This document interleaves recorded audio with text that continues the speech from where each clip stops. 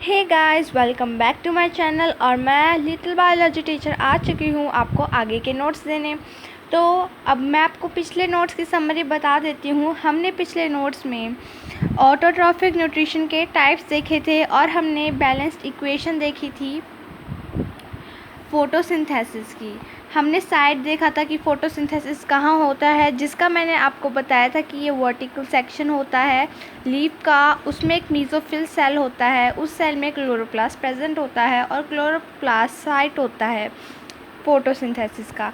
इस लेक्चर में हम रॉ मटेरियल्स पढ़ेंगे फोटोसिंथेसिस की। तो सबसे मेन रॉ मटेरियल लाइट है।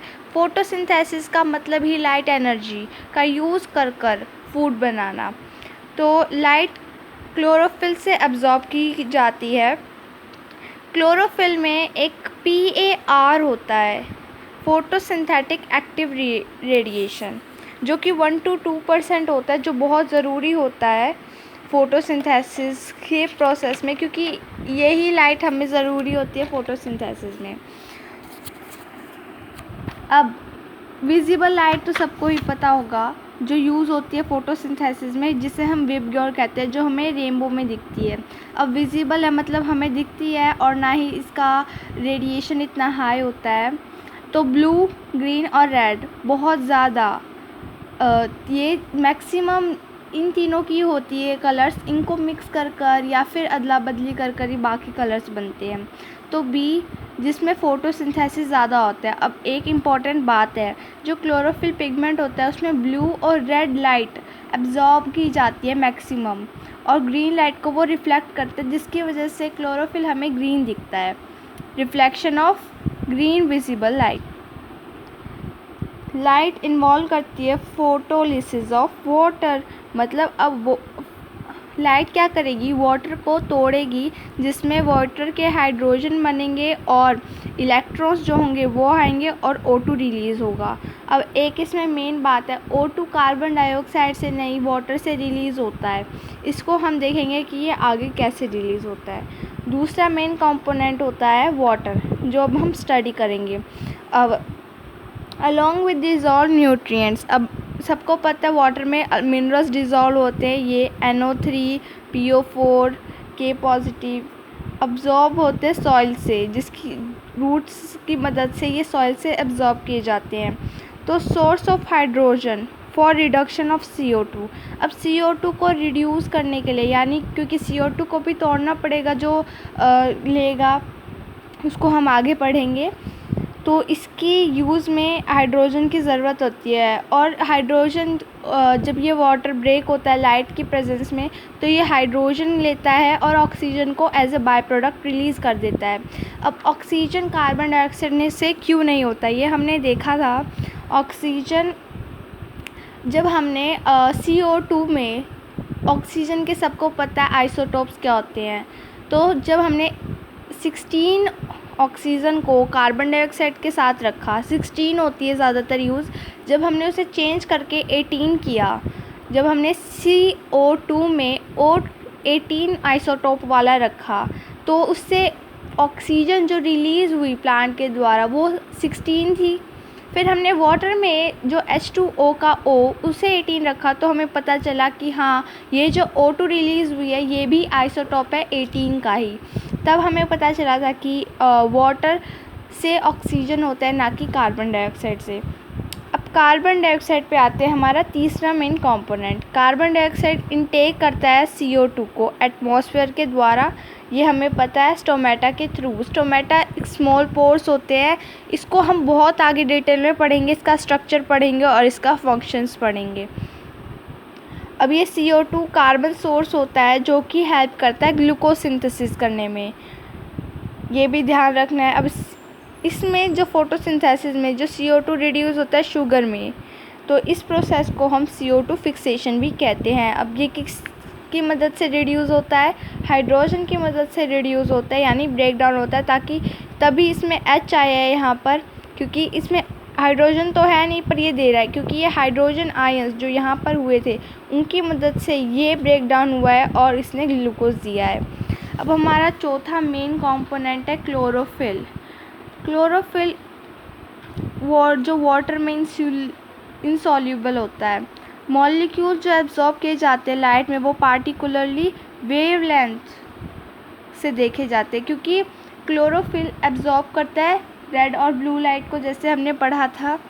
तो क्लोरोफिल 4 टाइप के होते हैं, chlorophyll A, chlorophyll B, C, D, 4 type के होते हैं, जिसमें क्लोरोफिल ए यूनिवर्सल पिगमेंट माना जाता है और क्लोरोफिल बी कॉमनली यूज़ होता है। तो प्लांट CO2 इनटेक कैसे करता है, ये हम भी स्टोमेटा के बारे में पढ़ रहे थे।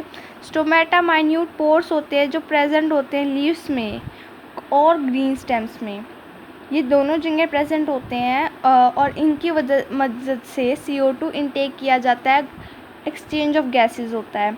जो मॉडिफाइड एपिडर्मस सेल होता है उसी को हम स्टोमेटा कहते हैं, वो मॉडिफाइड हो जाता है, उसके गार्ड सेल्स आ जाते हैं। फंक्शन क्या होता है स्टोमेटा का, एक्सचेंज ऑफ गैसेस। जब गैसेस एक्सचेंज हो जाती है CO2 और O2, ये हमने देखा। और ट्रांसपिरेशन, अब loss of water through water vapour भी किससे होता है,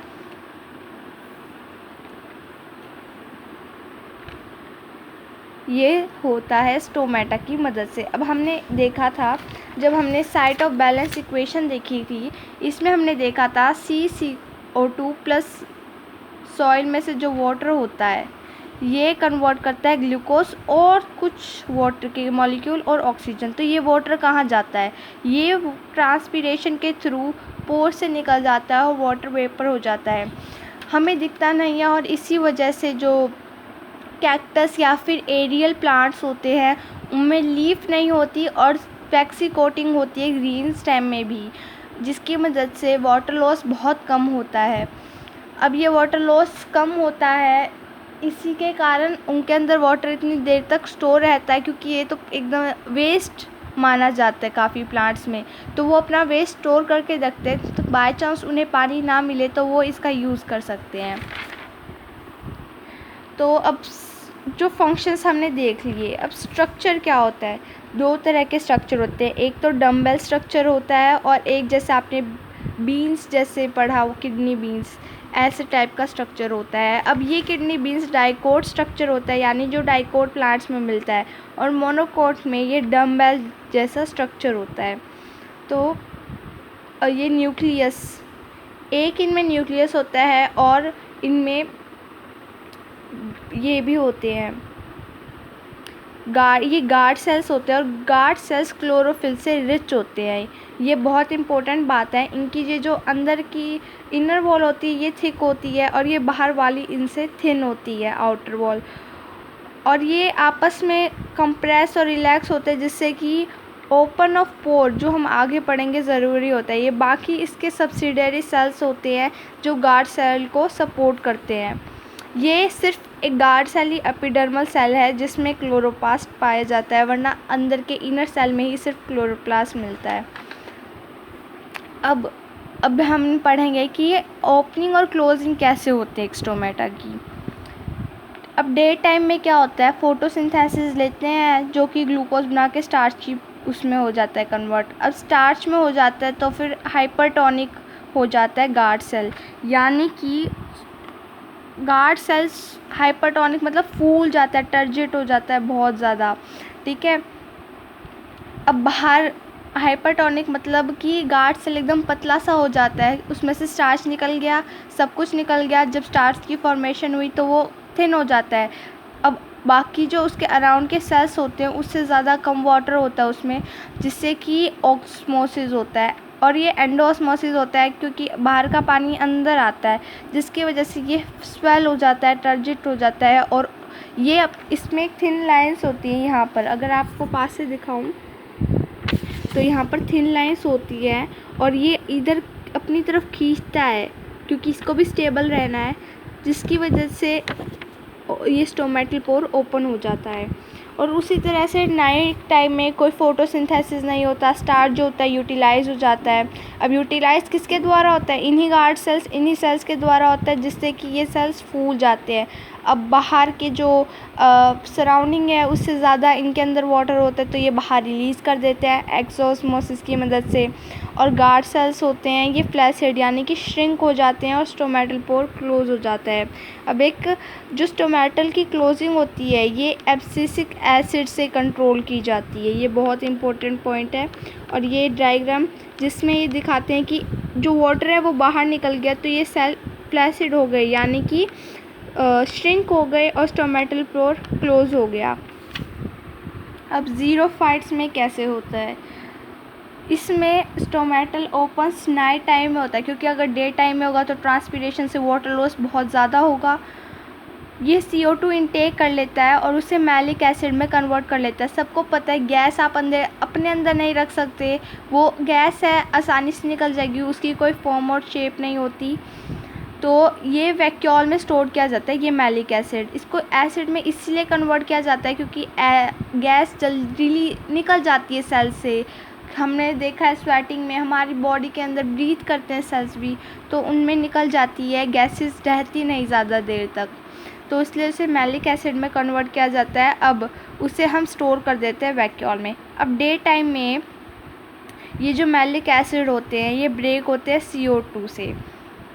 मतलब कि ये मैलिक एसिड, अब जो CO2 से हमने मैलिक एसिड बनाया था, अब उस मैलिक एसिड को हम वापस CO2 में बना देंगे जिसकी हमें ज़रूरत है, और उससे उस CO2 को हम यूज़ करेंगे फोटोसिंथेसिस में। इस प्रोसेस को हम कैम्प साइकिल कहते हैं। अब अगले वीडियो में मैं आपको मैकेनिज़्म बताऊंगी फोटोसिंथेसिस का। तो उससे पहले प्लीज़ मेरी वीडियो को लाइक, सब्सक्राइब और शेयर कीजिएगा और मुझे बहुत सारा प्यार दीजिएगा। Thank you.